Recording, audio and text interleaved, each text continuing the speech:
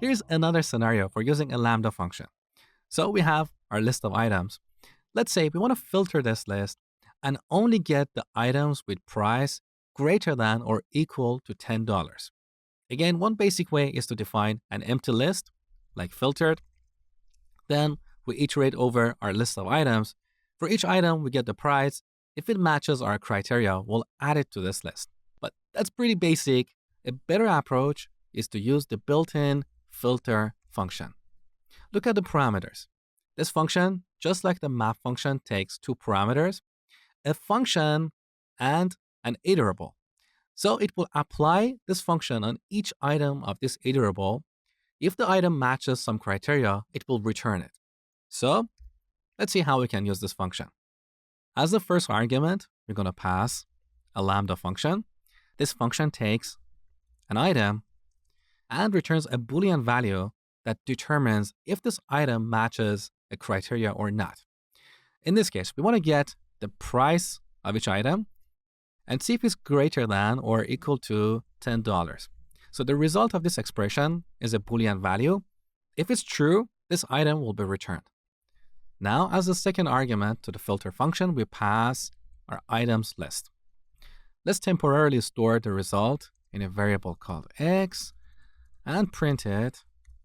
So we get a filter object.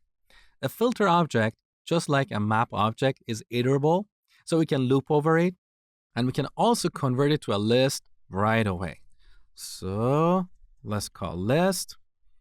Now we get a filtered list that we can print on the terminal. So as you can see, we only have product 1 and 3 because their prices are greater than $10.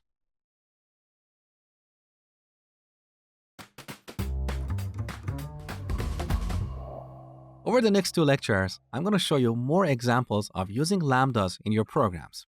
So here we have this list of items. Let's imagine we want to transform this list into a different shape.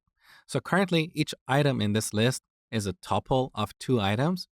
Let's say we're only interested in the price of these items. So we want to transform this list into a list of numbers, that is the list of prices. Here's a basic way to do this. We can define an empty list, then iterate over our list of items. So for item in items, we call prices dot append item of 1, which returns the price of each item.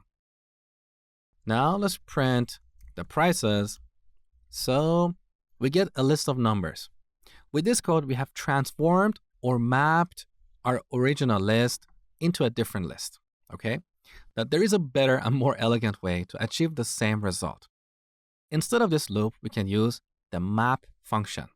So we call the built-in map function. As you can see, this function takes two parameters, a function and one or more iterables. So as the first argument, we can pass a Lambda function, and as the second argument, we can pass our list of items. This map function will apply our Lambda function on each item in this list. Let me show you what I mean. So we pass a Lambda. This Lambda is a function that will transform each item in our original list. So the parameter to this function is item, and here we simply want to return the price of that item. So item of 1. Now, as the second argument to the map function, we need to pass our items list.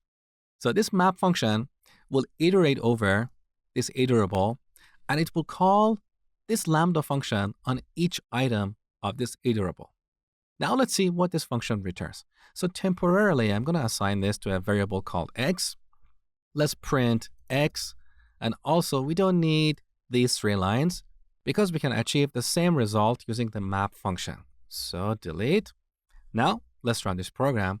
So this map function returns a map object, which is another iterable.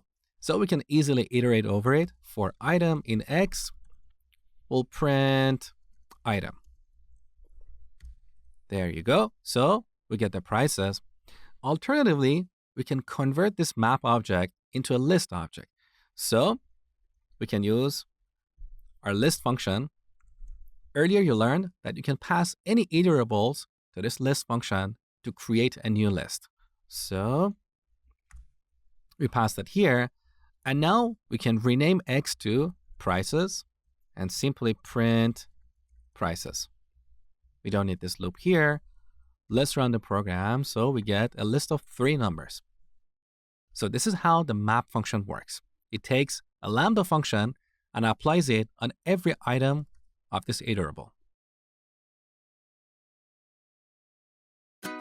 Hi guys, thank you for watching this tutorial. My name is Mosh and I have tons of tutorials like this for you on my channel. So be sure to subscribe and also please like and share this video. If you want to learn Python properly from scratch with depth, I have a comprehensive Python tutorial for you. The link is below this video, so click the link to get started. Thank you and have a fantastic day.